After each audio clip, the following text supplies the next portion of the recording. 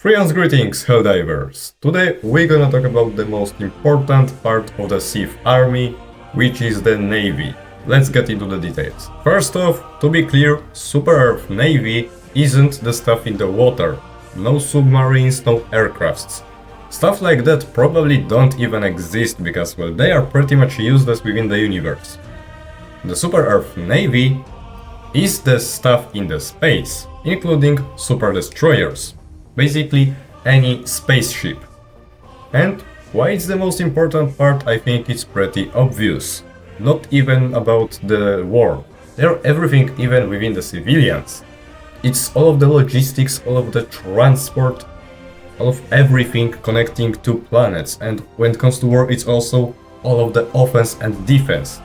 If not for the Navy, we wouldn't be deployed as Helldivers on the ground, neither would be SEAF army. Even though it's so important, we only really know about two instances within the SEAF Navy. And that's one of the things I was really disappointed about during invasion of Cyberstan. That we didn't see any new ship on the battle with the blockade on Cyberstan. Neither from Super Earth, neither from the Automaton Legion. Both super destroyers and Automaton fleet was already in the game for a long time and we were seeing them so often. What's the worst about it is that neither our ships or the Automaton ships were made for space combat. Both of those ships are orbit to ground type of ships. They are for deployment of troops onto the ground and for orbital support, orbital offense, not fighting other ships. They are capable of because of their power, but that's absolutely not what they were made of. Really, just one ship more for either of the sides and I will be happy with this one, but they disappointed me with this one, not even getting useless little spaceship fighter. Come on, man. It would be cool, it would be way cooler. This blockade could be actually fun to watch, not just two sides shooting each other with ships that are not supposed to fight each other. But at least at what we have quite a bit of information, especially on the Super Destroyer itself. So that's the one that we are going to start with. Super Destroyer. With this one we are the most familiar as we use it daily. Basically, if not for the Super Destroyer, there wouldn't be Helldivers. As I mentioned, Super Destroyer is orbit to ground type of spaceship, which role is to deploy unit and support it from orbit, either with orbital fire or with deploying tools. For us, it's support weapons. The Super Destroyer is approximately 170 meters long and 80 meters wide, which is relatively small combat vessel, but don't underestimate it. Even though it's not the biggest, it has immense power, but we'll get to it. To achieve faster than light travel, FTL travel, it uses Alcubierre drive, which is powered by element 710, which we get from killing the Terminids, as we all know. Now, we have no really idea how many super destroyers there is in the Super Earth Navy, but we can assume. Although for that we have to take one headcanon as fact, we have to assume it's actually a thing. So, let's say you as player are the one Helldiver that extracts. You are the one that always comes back to the ship as the last one and survives the mission. Otherwise, well, memorials wouldn't make sense, and as we know, everything in the game is canon, so it has to be canon that we get the memorial. And let's say you, surviving Helldiver, you own the Super Destroyer. You're the one that actually owns it, not any other one. With that said, we can guess how many Super Destroyers there is by just looking at peak number of players, which is around 500,000. Honestly, galaxy-wide it might not sound like a lot, although keep in mind that single Super Destroyer is in those 2 years deployed like thousands if not millions of Helldivers. A single ship. So that suddenly isn't that small of a number. We don't have numbers for how much can a Super Destroyer withstand, but we can see what it can withstand. The Super Destroyer is able to withstand 1 minute of continuous fire from anti-air emplacements and ground to orbit fusion cannons. Unfortunately, we don't know what is the caliber of automaton ground-to-orbit cannon, but the fact of it being fusion cannon is enough. Because if you don't know, automatons use fusion weapons, which is basically unstable version of plasma weapons. Far more deadly, but also far more deadly to the user. Super Destroyer being able to withstand this and not being huge as vessel is impressive. This shit is resistant. We also can withstand in pretty close proximity to the black hole, for example, which is, well, wormhole. Oh no, wait, we have penta. To the black hole. And we can withstand the gravitational pull and asteroids when we approach the broken planet. Next up, Super Destroyer crew. I personally counted 33 people, including Helldiver, Pelican 1 and Eagle 1. This number might be slightly off, because some of the technicians are really well hidden, so I might have missed one or two. You can correct me in the comments if you want. On top of the hierarchy, we have either Helldiver or Democracy Officer. My personal idea, headcanon, not any fact, is that first it is Democracy Officer, but if Helldiver owning the Super Destroyer reaches level of the Veteran, he is the one in charge, as Super Earth now can trust this one with owning Super Destroyer long enough and be the head of it, so they don't die any second now, and they can be trusted by Super Earth government. But before that, Democracy Officer is on top. We're of course not gonna talk about the Helldivers, as we know what we do. Let's talk about Democracy Officer. He has two roles on the ship. First one is receiving and giving us orders from High Command, and the second one, lore-wise more important really, is keeping crew citizen-like, with citizen-like behavior, patriotic. So even if they are higher, technically saying, they can rule you around, boss you around, if you don't behave patriotic. They are there to keep care about people not going dissident or joining Helldivers or other dissident group. Next up, except for the Helldiver, we have either Ship Admiral or Eagle 1. It depends if the Eagle 1 is counted as Helldiver herself, just a pilot. Let's say she is, and she's the third most important person on Super Destroyer. But we don't really know much what she does on Super Destroyer, either than piloting the Eagle 1. So next up we have the Ship Admiral. She is there caring about all of the logistics, notes, stats, she's there to coordinate stuff, everything. We don't know really details, as she just stands there and complains about samples, nobody likes her, but she is there and she's, well, Admiral, commanding everybody what to do, when to do, and to do it good. After Ship Admiral, the Baldy, we have no idea who really comes, but we know about two groups of people. First are the service technicians, and if they fail, whole operation fails. They are the pump of the Super Destroyer. They keep our gear in top shape. They maintain ammunition, weapons themselves, resupplies, sentries, hellpods and our vehicles, including Eagle 1 and rearming Eagle 1 and Pelican 1, with extraction version and transport version. It's all them. That's probably why they are behind the most fortified part of the Super Destroyer, so they don't die, because if the pump dies, there is nothing we can do.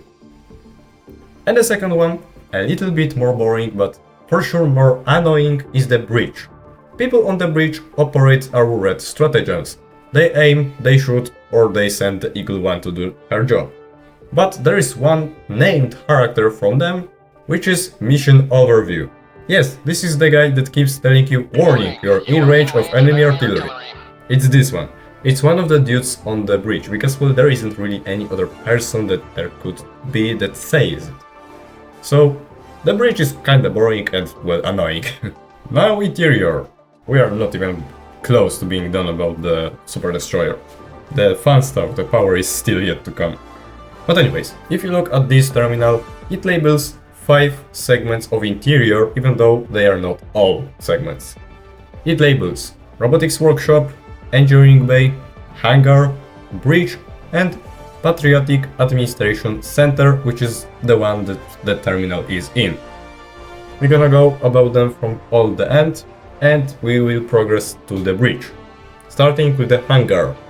Hangar is self-explanatory. It contains our vehicles and ammo for those vehicles. And it can store 3 tank destroyers, 12 mechs, 5 FRVs, 2 types of Pelican, and Eagle 1. Where the fuck all of that is stored? It's not that huge. I mean, I know the ship is pretty big, but as for the ship, it's not that fucking big. It's pretty small. Where all of it fits? Man, where? And remember, there is still ammo for this one. Visually, what we see, there is barely place for Pelican and Eagle 1. Oh, and also, there is plenty of space actually for them to move. Where are all of these fits? How do they do it? I want to know.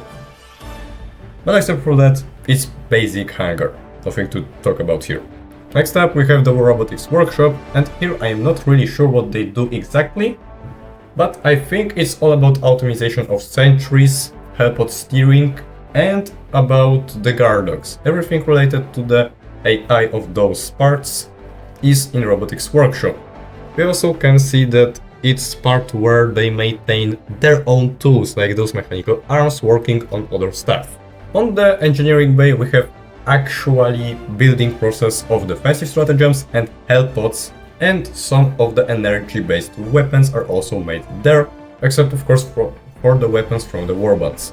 We can see a couple of technicians actually working on mines and on some sentries, and we can see the robots from robotics workshop working on the helipod if you have the ship fully upgraded, of course. So, if something is not going well with your sentry and it breaks halfway through, complain to them. Next up, we have Patriotic Administration Center, and this one is basically like a shop and overview of the Super Destroyer. There you can see name of the ship, where it is right now, ship modules that can be upgraded, the stratagems that you can acquire for your Super Destroyer, except for warbands, these are lore-wise completely different things, and what customization for vehicles you have available, which for now, unfortunately, is just fucking skins. Can we get something cool, please?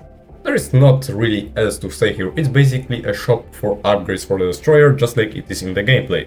And so, we move on to the last part, probably the most interesting one, the bridge. Here we have our democracy officer and people working on the bridge, those who maintain your orbital stratagems. Here, the most important part is the galactic map, which is used to travel around the galaxy and coordinate whatever, everything you see. Well, you know what the galactic map is for. Here is the room where everything is decided about. You also have the view of space itself. Here you can see everything happening outside, and you can see orbital cannons on the front, but not yet, we are not yet there, okay? Just a second, because there are some more parts of the ship interior that are not mentioned in the panel as they don't have upgrades. First of all, we have armory, and this one everybody knows very well. Just collection of your items that you can equip within mission. Nothing really to explain there, everybody knows that part. And in front of that we have terminals, which are, right now we use that and we have no idea what they do. There's nothing really to see. In the main hall we also see 2 doors. One leads to the computers on the bridge, but the second one, we don't know. I have 2 theories. First one is that it leads to living area, and second one, it leads to the ammunition stored for the orbital cannons. Could be both, but we know that more likely is just the ammunition. Also in the main hall we have 2 nice things. First one is the TV through which we watch Strongman News and other very important patriotic shows, let's say. And the second one, if you are super citizen, it's the stratagem hero on which you can train your stratagem inputs. And actually it helps. I mean, I've been waiting for a good couple of tens of hours for my friend, and I was playing it and I actually got really good with the typing stratagems, so it's actually a nice practice. Lastly, about the interior, we have the enter area with the cryopods, and then we have a lot of ready for dive Helldivers that can be unfreezed and set to the battle, as long as you are not deployed yourself to extract. You know, the headcannon I mentioned earlier. And finally, the fun part. the power of Super Destroyer. If you look through the window on bridge of Super Destroyer, you can see a couple of guns. Two of them are for orbital high explosive barrages, which is 120, 380 and napalm barrage. Other two are for smaller orbital barrages, Gatling barrage and orbital airstrike. Then we have those little guns which are for precision strikes. Precision strike, gas strike, EMS and smoke strikes. And the one on the middle is the orbital laser. Now first thing about the power is the versatility. We just have a lot of options within those guns. Although Arrowhead we could have more. Man, what are you doing? Give us red stratagems. But anyways, it's quite a bit. But that's not the fun part. The fun part is what Ship Admiral says herself. She says Super Destroyer has enough power to destroy a small moon, small moon. And she said small, not tiny. So it probably has enough power to destroy the smallest, tiniest moon within solar system, which is Deimos. It's moon of planet Mars and it only has a diameter of 6 kilometers. It's basically a space pebble. So, somebody did math. It of course wasn't me. Somebody on the internet did math and I found it. So, energy needed to destroy Deimos would be 1.453 times 10 to the power of 16 joules. And this is equivalent to 3.473 megatons of TNT. That's huge amount of power within such small vessel. I am surprised that those planets aren't glassed just by the destroyers. We have over 500,000 of those. And man, that's just immense firepower. If we compare our destroyers to the Imperial destroyer for Star Wars, let's say, if we just can aim on it with our guns, it's fucking gone. It's broken in half, there's nothing left from it. And now imagine how resistant other ships are that they can actually freaking survive that. But for that, we'll come another video. And with that being said, I think that's finally everything about the Super Destroyer and we can move on to the DSS itself. Which will be a shorter part, there isn't that much info about the DSS. DSS, Democratic Space Station. It's a weapon of mass liberation that holds the biggest firepower we have in the whole SEAF army, especially as part of it is cannon known as Star of Peace. We don't have any measurements on how big the DSS is or how much it can withstand, but we know that it can be destroyed as it was deactivated twice already. Once by Illuminate and the second time I'm not sure, either Illuminate or automatons. Although we are not going around the history, we only cover the logistics and the power of DSS. The DSS has a couple of very important to it planets around the galaxy. First one is Tarsh. Tarsh holds DSS logistic hub, and this one is pretty self-explanatory. It covers ammunition, recruitment, food, everything about logistics within the DSS. And it's around the bot front, so it's often target of the bots. And the second planet around also bot front is Claurel. This one actually had a huge battle about the DSS, about time before we got the Xbox divers. I think it was end of July of 2185. Claurel has Deep Mantle Forge, which is mainly used for maintenance of the DSS, and all modifications and stuff like that are done there, if it includes parts, like raw metal parts. Another important planet is actually on the back front, and it's Omicron. Omicron is a hive world, as we all know, and hive worlds are our source of element 711. Element 711 is used to power Star of Peace, which is the biggest beam of liberation we have ever seen.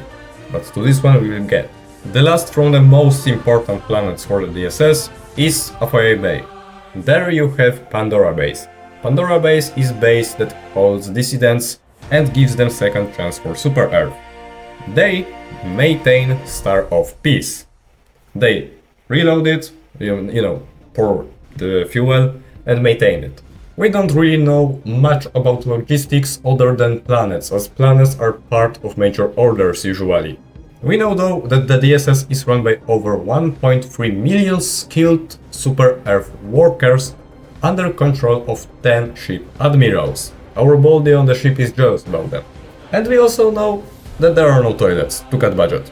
That's really everything we know about the DSS logistics, other than also providing us lower cooldown on the mechs, so technically saying they have a lot of vehicles there for us to use.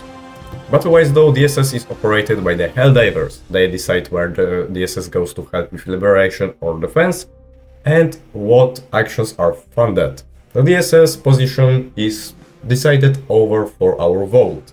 Each those 4 hours, the DSS will FTL to voted planet, unless it's already above that planet. And there are 3 options which we can fund: Eagle Storm, Orbital Blockade, and Heavy Ordnance Distribution. The first one is funded with samples. Each Helldiver can donate 75 samples max. It lasts 24 hours and has 4-day cooldown. The Eagle Storm is planet-wide attack of DSS Eagles, and it used to be Eagle Airstrikes, but right now it's Eagle Strafing Run, which is far more deadly to the Helldivers, so there is a lot of friendly fire coming from the DSS. Although it's a very important one because this one prolongs the orbital defenses.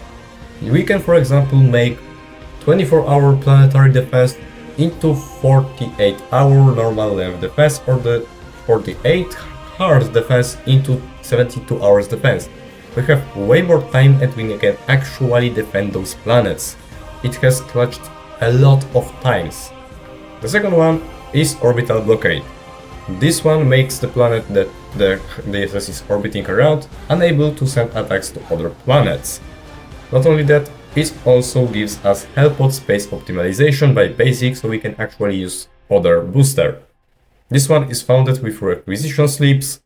Each Helldiver can donate 50,000 of those, which is the max cap, and it lasts 24 hours with cooldown of 2 days.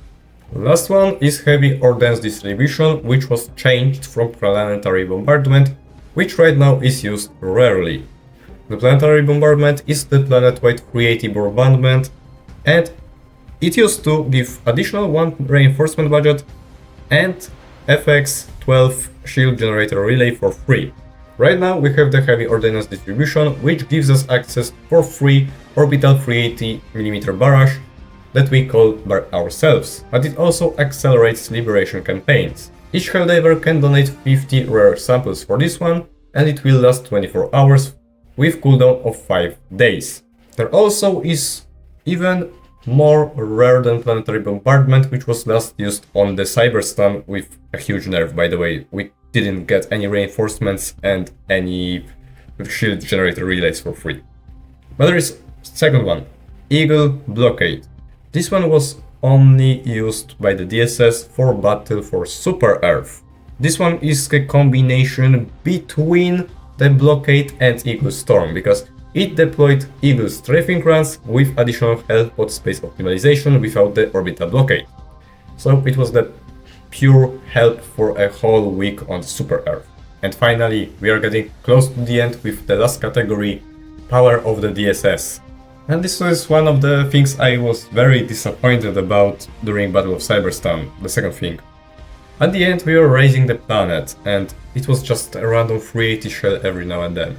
To be more accurate and, first of all, more impressive, it should have been Hellbomb-sized barrage of explosives. Just every shot should be a Hellbomb exploding, just in a safe distance from players, so it actually doesn't interfere with you, but is impressive as fuck.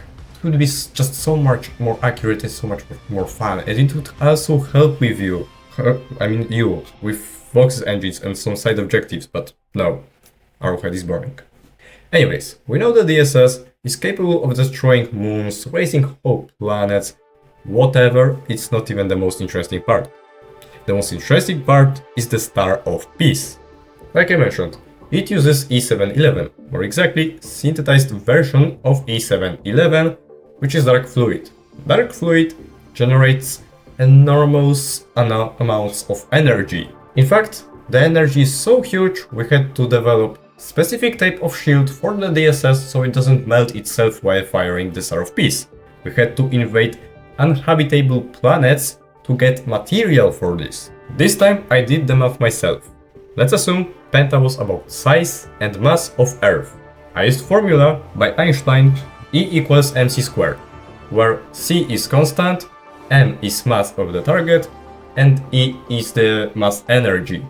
Now, to make black hole out of the planet, you need more energy than mass energy of the planet. And after my calculations, I got number of the energy for star of peace, which is 5.37 times 10 to the power of 11 quetajoules.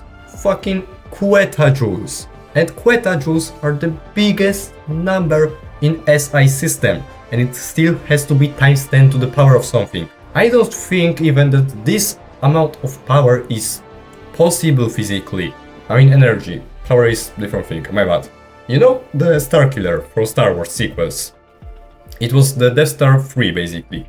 It could destroy multiple planets at once. This thing is nothing compared to Star of Peace. Star of Peace is capable of so much more. If they could destroy thousands of planets with the Star Killer at once, as the black scientist, I forgot the name, I'm so sorry, did the math, Star of Peace probably could just wipe out the galaxy. The power gap in this game, the power scaling is so fucking off from the gameplay, from our power, what we see. Jesus, I mean, this game is so underrated when it comes to power scaling. And finally, we are done. About 30 minutes of video about Super Earth Navy. Why we have just 2 things? Jesus Christ, I actually don't wish they had added anything before, because this video would be an hour long.